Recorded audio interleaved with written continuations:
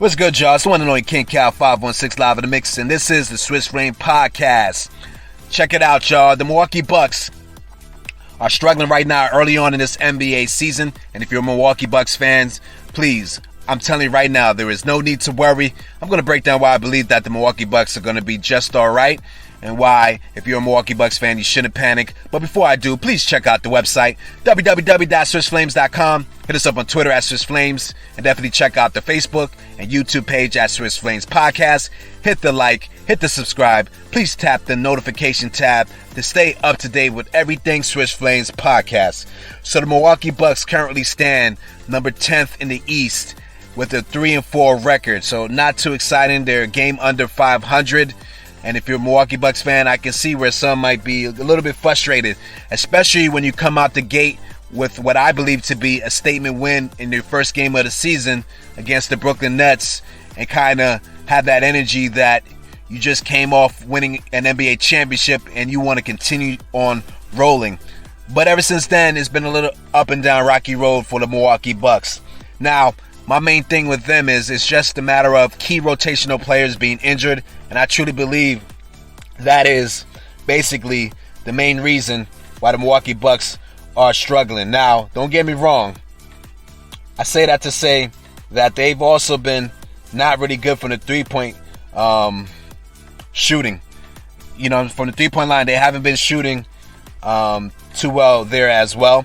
They haven't been consistent. But once again, even I'm looking at that and looking at the rhythm of the team and what rhythm they're in. And I believe just by the key players that they have missing, I think that's affecting a little bit of everything that this team is used to. Because this team is built with a lot of depth, but they don't have a lot of that depth to their disposal. Now, let's dive into some of these injuries. First of all, let me go with somebody we haven't seen this whole season so far, and that's Dante Di Vincenzo. You know, he's a great role player for the Bucks. He's been out since the playoffs, and he hasn't come back yet. But he's a guy that adds shooting. He has some hustle. He's an energy guy, I believe, for this team. And so they do miss him, you know, especially in the regular season when you want as much depth as possible. I think he's one of those key components in the regular season just to keep the team going, you know what I mean, with his play on the court. We also have had Jrue Holiday. Jrue Holiday has been missing a lot of games. And Jrue Holiday is their floor leader, and he does a great job. And he's also, you know, to me, their best perimeter defender. I believe Giannis is their best interior defender, but Jrue Holiday is their best wing defender. And he's been hurt. And remember, to free agency, they lost P.J. Tucker.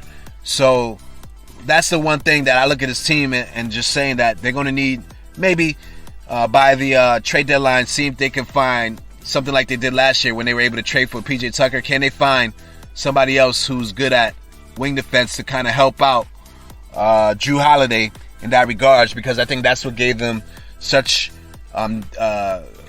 tenacity on defense during the playoff run. But Jrue Holiday's been out. Like I said, he's their floor general. They're missing his scoring, missing his leadership on the court, and missing his defense. And I truly believe Jrue Holiday, obviously, that's a big loss. Also, another guy that's a key energy guy, a hustle guy, a guy that brings a lot of pizzazz, a guy that brings a lot of toughness to the floor, Bobby Portis. He's only played a couple of games, and he's been out, nursing a hamstring injury. You know what I mean? So these are a lot of guys out of the rotation. And also, we can't forget about Brook Lopez. Brook Lopez has been hurt too. You know what I mean? And so when you think of the grand scheme of things, that's a lot of key guys that are part of the rotation of the Bucks that aren't playing right now. And so because of that, we've seen it to the point where even Giannis started center for the first time like in his career. You understand what I'm saying? Because of the lack of depth, and not having Brook Lopez. And I do believe once they start getting healthy and guys start going into their normal roles, you're going to see this team start to pick it up once again. So the key thing, if you're a Bucks fan, really, is just getting these guys healthy, these guys nursing everything back, and getting on the court. And as you see more of these players come back on the court, I just believe that's going to translate on the floor to winning, because the core of this team is ready. They brought back most of the core. They only lost a couple of guys. So most of the team is back. And, so I don't worry about this team as far as chemistry is concerned once everybody's in their proper roles. You understand what I'm saying?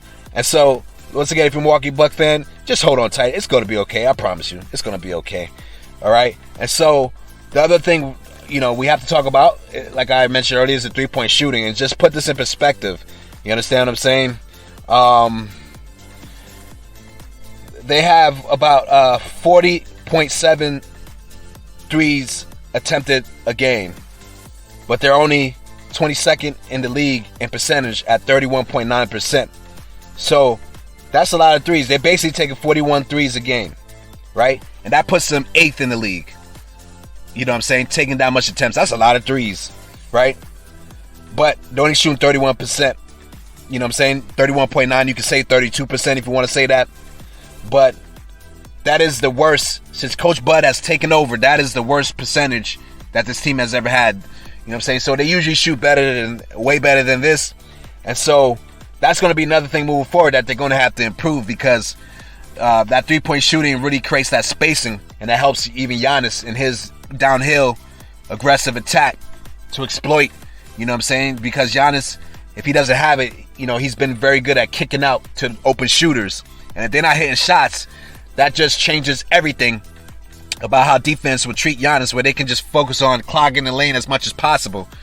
You know what I'm saying? Because if those guys ain't going to create the space and not hit the shots from the outside, that's going to just, make the focus on, hey, beat us from the outside. And if you're not doing that and you can't hit those shots at a high level, you know what I'm saying, you're not going to score enough points in this league right now in the NBA to win.